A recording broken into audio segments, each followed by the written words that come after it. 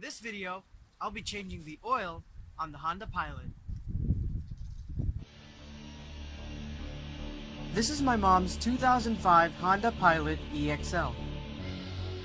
It has currently 141k, and we've had this vehicle since 2004. So far, it still goes thanks to Honda reliability.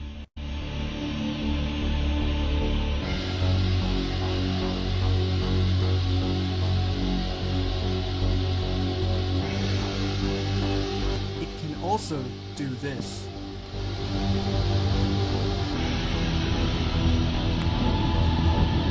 So here are the tools you will need.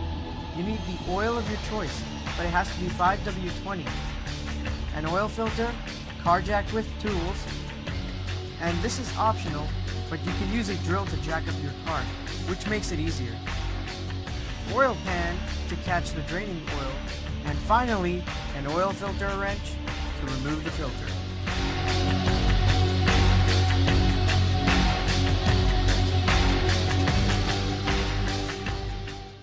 Alright, I'm gonna get underneath and drain all the oil out. It's a good idea to always check your owner's manual first to check the procedure because every car and manufacturer is different. So definitely check first.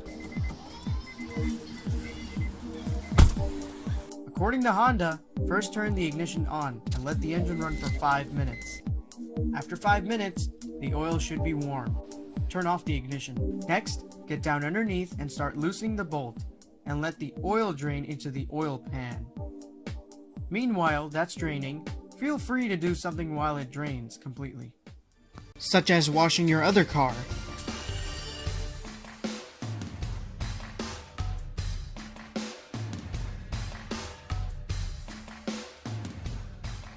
So once all the old oil is drained out, next, we must jack up the car and take out the filter and replace it with a new one. And then we'll refill it with some fresh new oil. Now get some bricks and put them behind the rear tires and put the foot brake on so the car doesn't roll away. Once you finish draining the old oil, just make sure to tighten the bolt. Not too tight, but tighten it lightly or otherwise you'll end up needing to buy a new one. Next, jack up your car and start loosening the wheel nuts off the car in a 5-star pattern. Once loosened, take off the wheel nuts and place them aside. Take off the wheel and you should be able to get access to your oil filter. Once you find it, get your oil filter wrench and start loosening it counterclockwise.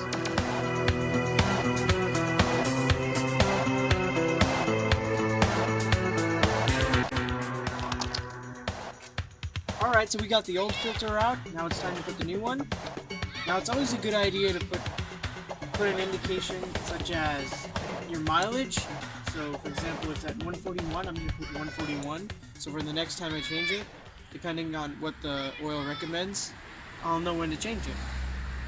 And just get some a little bit of oil, lubricate it. There you go.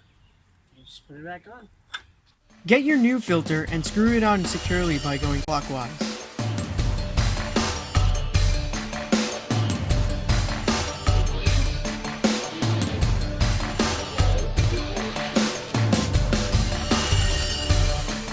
Now, it's all just about doing the reverse, putting the wheel and nuts back in.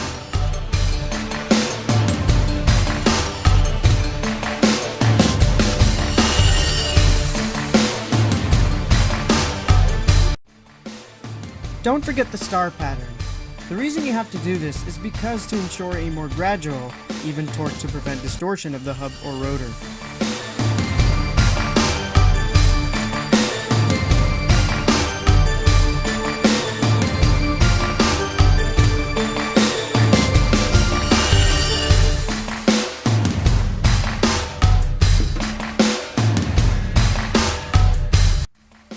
We are on our final stage, and that is oil. Personally, I chose synthetic because it lasts longer and it gives a little more power to the engine. But you can use conventional oil as well. According to Honda, the recommended amount is 4 quarts.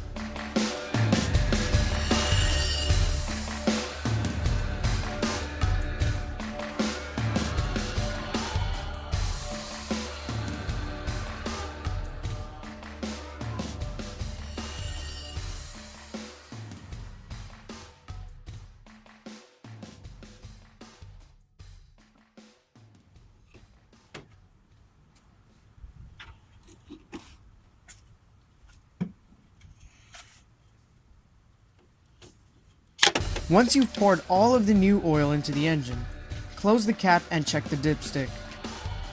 Once that's cleared, and the level is good, go ahead and see if the car starts and check for any additional leaks once started. Alright, moment of truth. Now all we have to do is check for the oil, so we're going to start the car up and then check underneath to see any leaks. Alright, let's see if she starts.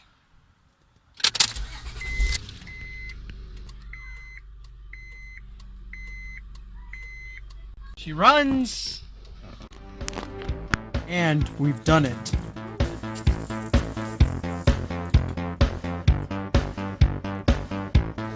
With everything looking good, time for a test run.